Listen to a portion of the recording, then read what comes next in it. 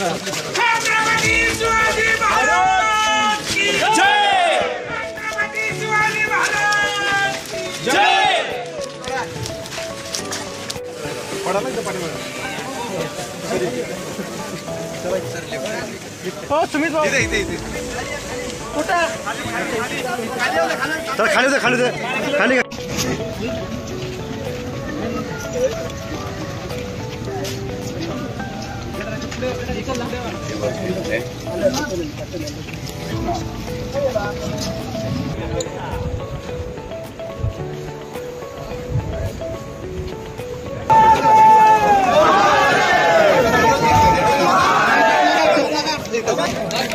साहेबांचा हात धर.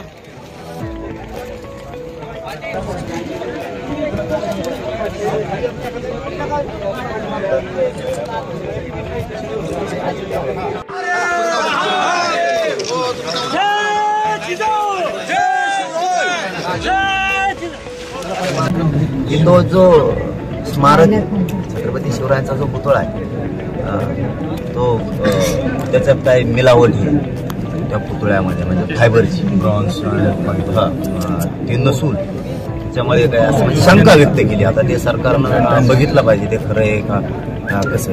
दुसरं त्यांचं एक असं म्हणणं आहे की पश्चिमेकडून वारा येतो, डोकं येते पडलं तर ते पश्चिमेकच कसं पडलं, म्हणजे हे आता शंका आहेत. याच्यात राजकारण मात्र होऊ नये हे माझं प्रामाणिक मत आहे. याची बारकाईने चौकशी सरकारनं केली पाहिजे की सत्यता काय, आणि तो कॉन्ट्रॅक्टर ते कोण कोण आहेत ना त्यामधले आदले हे सोडले नाही पाहिजे. माझं तर सरळ म्हणणं आहे कायद्यात बदल केला पाहिजे. महापुरुष कोणचे असो, जर असं काय घडलं ना त्याला आयुष्यभर जेलमध्ये चाललं पाहिजे. 5 दिवस मध्ये गेला 6व्या दिवशी घरी आला हे नसलं पाहिजे. सरकारचा इतका बारीक वाच महापुरुषांच्या स्मारकाबद्दल राज्यात असला पाहिजे, देशात पण असला पाहिजे. फक्त याच्यात राजकारण कोणी करू नये. कोणी काय शंका उपस्थित केल्या म्हणून त्याच ग्राह्य धरून न धरण्याऐवजी त्याच्यावरती काम करून हे शोधलं पाहिजे सत्य नेमकं काय. आणि पळून जातो कसं काय, कोण कॉन्ट्रॅक्टर आहे, कोणी नेता फिता बी असं एखाद्यामध्ये, कोणी तातडीनं करून घेतलंय का काय, कोणत्या नेत्यानं तातडीनं करून घेतलं नाही स्मारक तरी त्याचं नाव येतंय जाणून बुजून, असंही शोधलं पाहिजे.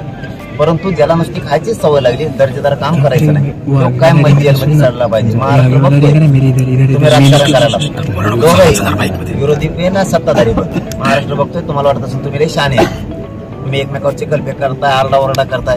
छत्रपतींच्या जीवावरती कोणीही राजकारण करू नका. नसता जनता तुमचा कार्यक्रम लावणार आहे, आता सोडणार नाही, कारण तुम्ही उघडे पडायला. राजरत्न डॉक्टर झालेलं राडाने राजकारण याच्याबद्दल तुम्ही काही घोषणा देताना पण कार्यकर्त्यांना सांगितलं की राजकीय घोषणा किंवा समाजाच्या घोषणा कोणत्याही द्यायच्या नाहीयेत, तर राडाने आता हे सगळं गणित त्याच्यावरती काय प्रतिक्रिया तुमची? आम्ही जनतेचं दैनंदिन जीवनातलं अडीअडचणी जाणणारे लोक, त्याच्यामुळे आम्हाला इथं घोषणा द्यायच्या नाहीत. म्हणून आम्ही सांगताना सांगितलं इथं कुठल्याही घोषणा द्यायच्या नाहीत, ना राजकारणाच्या नाही, ना कोणच्या नाही, ना कोणच्या नाही. छत्रपती शिवरायांच्या बद्दल जे त्यांचं ध्येय ते फक्त खुर्च्या मिळवण्यासाठी, त्यात कोणी असो सत्ताधारी असो, फक्त छत्रपतीचा वापर यांना सत्तेसाठी करायचा आहे. यांना दुःखच नाहीये. यांना जर दुःख असतं, यांच्या जर भावना दुखावल्या असत्या, यांना जर अपमान वाटला असता तर यांनी राडे नसते केले, याच्या मुळाशी गेले असते आणि पुन्हा हे काम सुरू करण्यासाठी सरकारकडे लावून धरलं असतं. कारण इथं स्मारक सुद्धा आता उभा राहणं गरजेचं आहे. तातडी शब्द वापरण्याऐवजी दर्जेदार वेळ लागला तरी चालत, मग स्मारक असं झालं पाहिजे इथलं, हे सरकारनं लक्षात घेतलं पाहिजे. हे प्रचंड मोठं परंतु ते टिकाऊ शब्द असतील त्यांचे. मला या जागेवर तर राजकारण डॉक्टर राजरत्न आंबेडकर काय नेमकी चर्चा झाली? आपण पुन्हा पाहणी करतो एकत्रित? नाही, इथं कशी चर्चा होईल ते संदर्भ इथं नको जोडायला.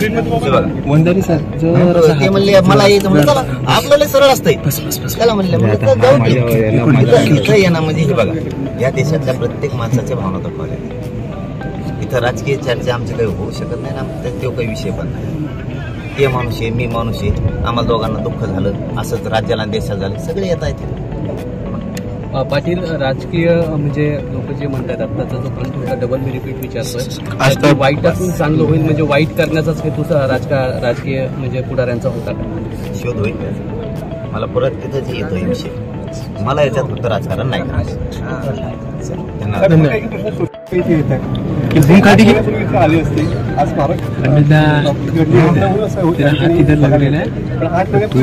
तुला सेंटर मध्ये एकदम चकाचक फ्रेम अरे आले म्हणून काय झालं म्हणा? कुणी आला तरी सत्ताधारी काय आला विरोधक आला म्हणून काय झालं? तुम्ही रोज इथं झोपत होते काय उपयोग झाला मग असं जमन का? असं नसतो. दुःखित घटना झाली माणूस इथे येणार आहे, सत्ताधारी पण येणार आहे, विरोधक पण येणार आहे, गोरगरीब पण येणार आहे, शेतकरी येणार आहे, इथले सगळे येणार आहेत. मग आला मग अशी भाषा वापरत असतात का कुणाला? आणि मग तर आम्हाला प्रश्न विचारले होते, वेगळे वेगळे उद्घाटन करून गेले मोदी, त्यांचा काय दोष? जिथं मी राजकारण करायचं म्हणून करत नाही, तिथं साप पडला की सोडित नाही. इथं आमच्या भावना दाखवल्यात, आमच्या पुतळ्याचं बघा, तुमचं राजकारण बंद. आमच्या स्मारकाचा शोध लागला पाहिजे, काय झालंय, कसं घडलंय, त्याच्यामध्ये खरंच काही मिक्स केलेलं होतं का, ते कॉन्ट्रॅक्टर कुठे आहे, त्याने दर्जेदार काम केलं का, इतक्या थोड्या दिवसात काय केलं, हे सगळ्या प्रश्नाचे उत्तर देऊन त्याला कायमचं जेलमध्ये टाकायचं. बाकीचे चिखलबेक करून तुम्ही नाटकं राजकारणासाठी करायचे नाही. छत्रपतीचा वापर करून ते महाविकास आघाडी असून ते महायुती नीट राज नसता महाराष्ट्रातली जनता पुरी तुमच्या मागे लागणार. तुम्हाला वाटत असं आता मजेत चाललंय, तुमच्यात आंदोलन उभा करताय म्हणजे आम्ही जिरू भाषा कळते ना दोघांना पण. तुम्हाला वाटत असं आम्ही दोघं जण आंदोलन करून जिरू हे विषय जिरत नसतो. आम्ही आहेत ना शिल्लक महाराष्ट्रातली देशातली जनता, आणखी तुम्हाला दोघाला जिरून देणार नाहीत आम्ही. कारण तुम्ही राजकारण करून सत्ता भोगायचं काम करू नका माझ्या छत्रपतींच्या नावावर. दादा असं वाटतंय का तुम्ही तिसरी आघाडी उभारणार का? नाही, राजकीय बोलणारच नाही. मुख्यमंत्र्यांच्या मुलाचा मित्र अशी त्या एक नंबर आरोपीची ओळख झालेली आहे. यामध्ये त्याला कुठेतरी वेळ काढूपणा केला जातोय का? तो पंतप्रधानाचा पाहुणा असला तरी जेलला कायमचा साडला पाहिजे, एवढं जनतेला माहिती. त्याचा मित्र आणि त्याचा मित्र कोणाचे मित्र फेतरावर इथं राज्य चालत नाही किंवा जनता चालत नाही. तुमचे कोणाचे मित्र असतील, हितसंबंध असतील, आम्हाला त्याच्याशी देणं घेणं नाही. आमच्या भावना दुखावल्या त्याच्यामुळं तो जेलला पाहिजे आणि कायम साडल्याला पाहिजे. नवीन घडामोडी पाहण्यासाठी आजच आम्ही मुंबईकर 24 तासला लाईक करा, सबस्क्राईब करा आणि अपडेट रहा.